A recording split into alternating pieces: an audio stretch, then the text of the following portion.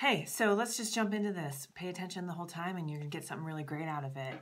Breakups save lives. I've done a Facebook Live on this. I'm gonna write an article on this. I can't like shout this from the rooftops enough. And I know I'm just a tiny little voice in a big, big world. So wherever you are and whoever you are, if you're watching this, this is something that you are gonna need to share with a friend, a family member, or even go back through yourself. If you're suffering a sense of minimization, depreciation, low self-esteem, anxiety, depression, again, minimization, depreciation, anxiety, or depression, breakups save lives. You can be in a relationship where you go, I'm so familiar, this is so comfortable, I know this person, at least they're taking care of A, B, C, and D. But then a coercive energy starts to come in where maybe they're asking you to do things sexually that you are uncomfortable with. Your body is a no to. There are certain kinks that really do turn people on, but there's a lot of coercion that can happen within a relationship that can cross over into abuse. So I want to hold the framework for those of you who are in verbal, mental, or physically abusive relationships where your body, your mind, or your soul scape are being violated. And that violation often comes from not being able to hold a boundary and being able to hold on to your no and to step back and get out of the relationship.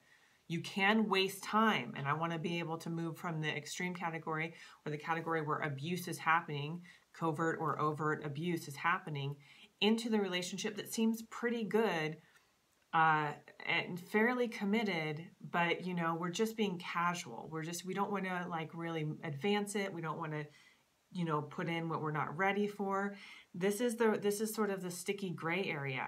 And ambivalence, if there's an ambivalent energy there, if a person is not ready to give their all and really commit themselves, their time, because time is the common currency for all of us. If you're a billionaire or you're poor as fuck, time is the thing that we all are working with until we're dead.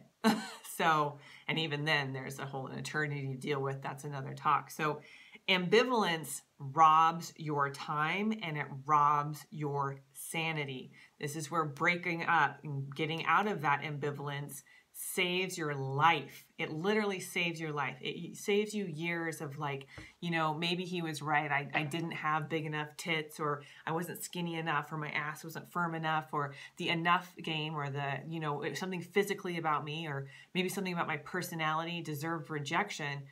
No, boo. It's just, that wasn't the right fit. It wasn't the right fit. And ambivalence clues you into that. When you're sort of like, well, I'm a maybe to this person. You can waste time with maybe. You can waste time with almost. It doesn't mean that we don't learn through approximations, through having to go through those things, the little short bleeps of relationships.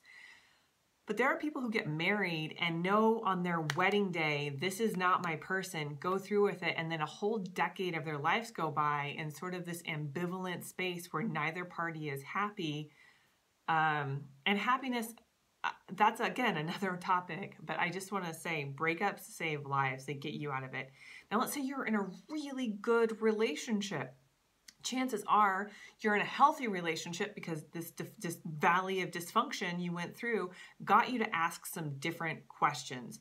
And had you never cut off that bullshit that was filling your mind and your life and holding your body back and making you sluggish and full of anxiety, had you not cut that off, the ability to actually be in something that was harmonic and real wouldn't be there for you.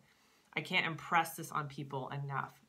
That if you hang on to something, you cannot hang on to something that doesn't belong to you, and you can't get rid of something that is. If that is meant for you, then it is meant for you. So my offer is always to go check out what I have to give over at my website, RebeccaFreedom.com. Also, I have blogs and my podcast, Heard Not Seen, that you can plug into anytime that you really want to be set free. I love you all so much, but I think a lot of you are assholes, and I've probably dated half of you that are. So for those assholes, thank you for being part of the lab so I could talk about this shit. you know, as a recovering stage 5 clinger and somebody who works the 12 steps of CODA, I know how important mental peace is. And I asked somebody, and we'll punctuate with this, what is the meaning of life? And they said to be at peace with oneself. So my wish for you is that you learn how to be the best partner you can be to yourself so that you can also choose the best people and partners for your life and for your mission while you're alive. Thank you so much. I'm Rebecca Freedom. How do you like the look today? It's not bad, right? Okay.